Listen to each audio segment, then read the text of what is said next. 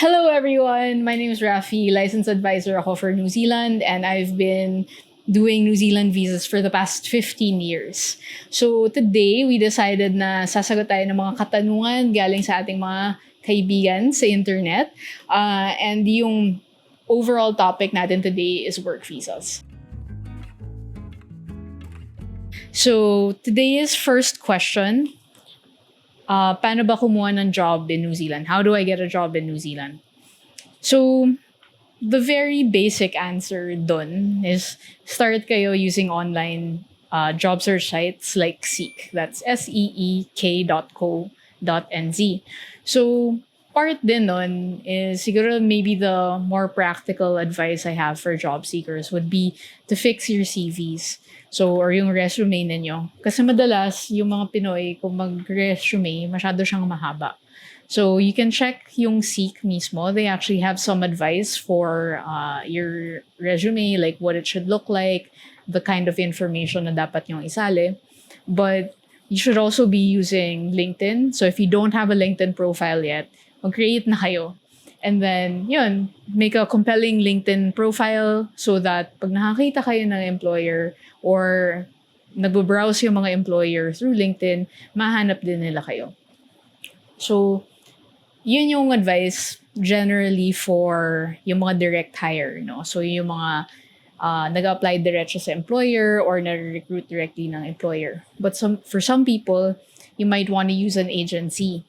So, yung agency, ang important naman dyan is gumamit kayo ng legit na recruitment agency. So, ano ba yung mga legit na recruitment agency? We're not gonna do a list kasi medyo marami yun. Mahirap para gawin natin yung i-list natin lahat ng agencies na nag-operate within New Zealand market. Pero, siguro, there are two kinds of agencies na you should know about, specifically for yung mga Pilipino or mga OFW. So, merong mga offshore na recruitment agency, so mga wala sa Pilipinas. And then meron din yung mga based sa Pilipinas. So, yung mga based sa Pilipinas, talagang meron yung tinatawag na DMW accreditation. So, or licensed recruitment agent sila ng Department of Migrant Welfare. So, if ang tinitingnan nyo is yung mga DMW accredited agencies, puntahan nyo lang yung site ng DMW and then pwede nyong i-search yung mga accredited agencies. You can also search by yung tinatawag nilang job site, so yung country. So pag tinype nyo dun sa search bar nila yung New Zealand, lalabas yung mga agencies with job orders for New Zealand. And then from there, pwede nyo siyang inarrow by occupation. So let's say, for example, carpenter, pwede nyo i-type yun sa search, makikita nyo kung alin yung mga agencies na merong job orders for carpenters or say electrician or plumber or kung ano man, makikita nyo siya dun. So, meron ding mga agencies that aren't based in the Philippines. So, minsan, meron talagang mga nagre-recruit. Pero syempre, you just wanna be cautious na hindi scam yun. You wanna do a bit of background research dun sa agency to make sure na legit talaga siya. Alright, so yung next na question natin, is there a way to go on a tourist visa to New Zealand and apply for a local job without going through the polo? I saw a few positions available via Indeed that might fit my bachelor's degree. I have 3 years of job experience and I am currently working as a virtual assistant. Yung secondary question niya, or would a postgraduate route work better? So, medyo compound question talaga to kasi marami siyang tinatanong. Like, number one, I guess yung talagang tanong doon is, pwede ba maghanap ng work sa New Zealand habang naka-tourist visa? Pangalang question doon is, magagawa mo ba yun nang hindi ka dumadaan sa polo? Tapos, yung third question is, okay bang plano yun? Or meron bang mas mabuting plano? Or mas mabuting strategy para maghanap ng work in New Zealand. So, on yung first na part, yung pwede ka ba maghanap ng work ng naka-tourist visa? Yung maraming gumagawa nito ngayon, like feeling nila it's an okay thing to do kasi technically, hindi naman prohibited maghanap ng work habang naka-visitor visa. Pero kung ang primary intention is pumunta na New Zealand para maghanap ng work, hindi talaga siya appropriate na tipo ng visa kasi hindi nyo mamimit yung requirement na genuine kayong visitor to New Zealand. And siguro, parang hindi, medyo hopeful yung mga tao na gumagawa nito na feeling nila pag nakarating sila sa New Zealand, sobrang tumataas yung chances nila na makakuha sila ng work.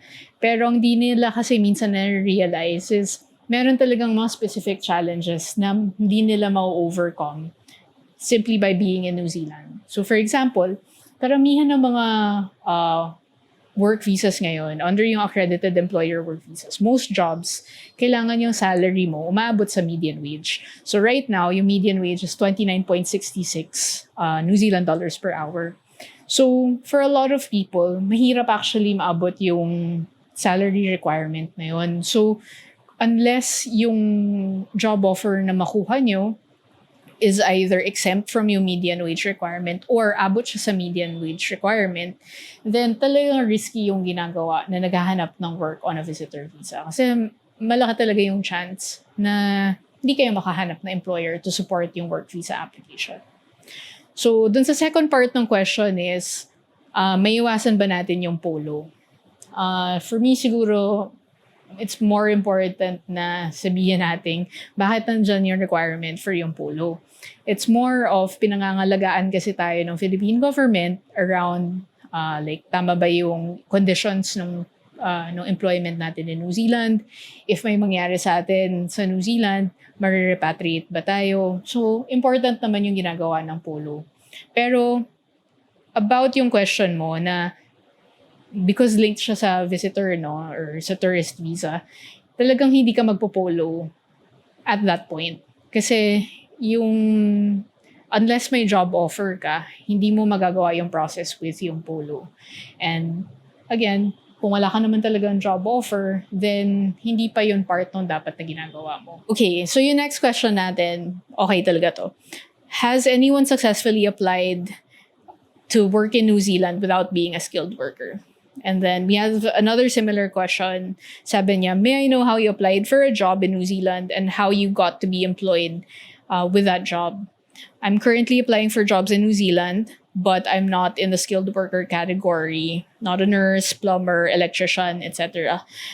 Nag-apply ako sa mga job na similar na ginagawa ko ngayon sa government, which is administrative work. So, ito madalas ko kasing nakikitang myth, lalo na sa mga ibang online communities na sinasabi ng madalas or sinasabi ng madami na unless nasa shortage list ka or nasa green list ka, wala kang opportunities in New Zealand. The reality is, hindi yun totoo. So, ba't ko nasabi yun? So, kung titingnan natin yung data, so like from yung immigration na website, pag tinignan natin yung mga nabibigyan ng skilled migrant category just for the year 2023, no?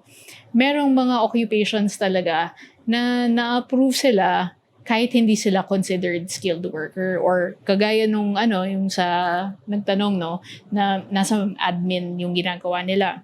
For example, meron tayong mga credit and loan officers na approve, insurance agents, in fact, meron nga personal assistants na na-approve under yung skilled migrant category. So residence yun na, hindi lang yun work visa. So, meron talagang mga opportunities sa New Zealand kahit hindi ka pumapalo dun sa yung mga green list occupations or yung mga naiisip natin when it comes to yung skilled or yung mga trades na occupations.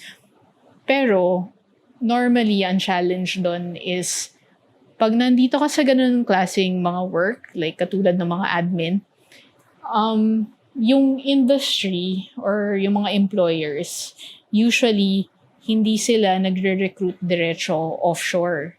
So, yung nagiging challenge mo is kung nasa labas ka ng New Zealand, wala ka pang work rights, medyo mahirap makakita ng employer na kunwari admin assistant ka, i-hire ka na nila outright na nasa Pilipinas ka.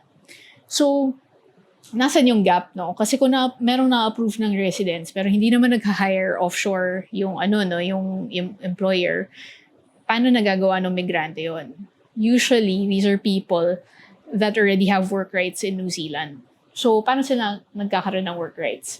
So, possible na family application siya. So, let's say, for example, may partner na sila na New Zealand resident, nakakuha sila ng work rights based on that.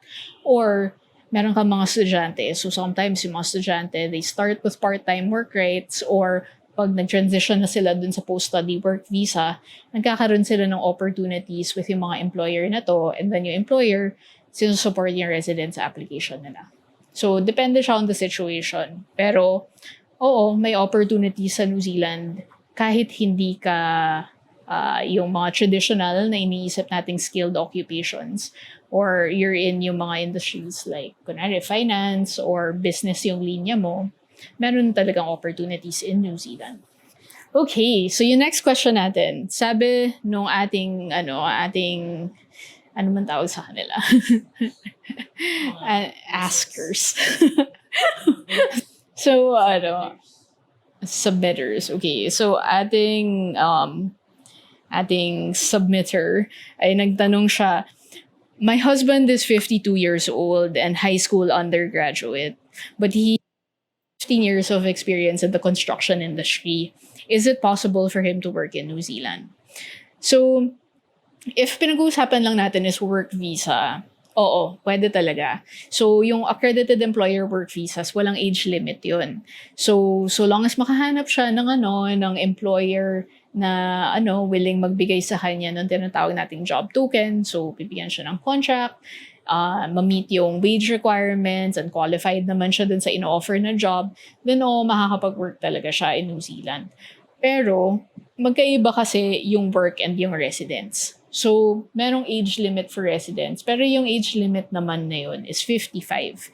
So, possible na ma-meet niya pa yung requirements for that, pero iba yung assessment niya. Merong ibang factors. Hindi siya yung work or yung job offer lang yung tinitingnan. So, if you really want to know kung eligible pa ba siya for yung residence, then you should probably talk to us kasi medyo maraming iba-ibang pathways to residence.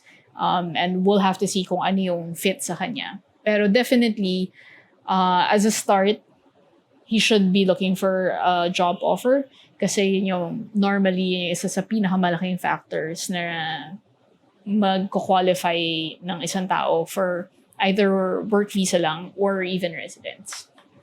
Okay, so yung next question natin comes from a healthcare professional. So ang sabi niya, hi, I currently have a medtech license and I am a graduating med student. Congrats. I'm considering moving abroad, either Australia or New Zealand.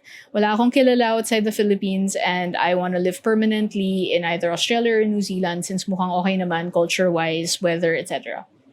Anong mas madaling makahanap ng work doon? Wala rin akong mahanap masyado ng mga process sa internet. Mostly pang USMLE lang ang nakikita ko. Better ba as medtech? Better opportunity ba as medtech or as a physician? Okay.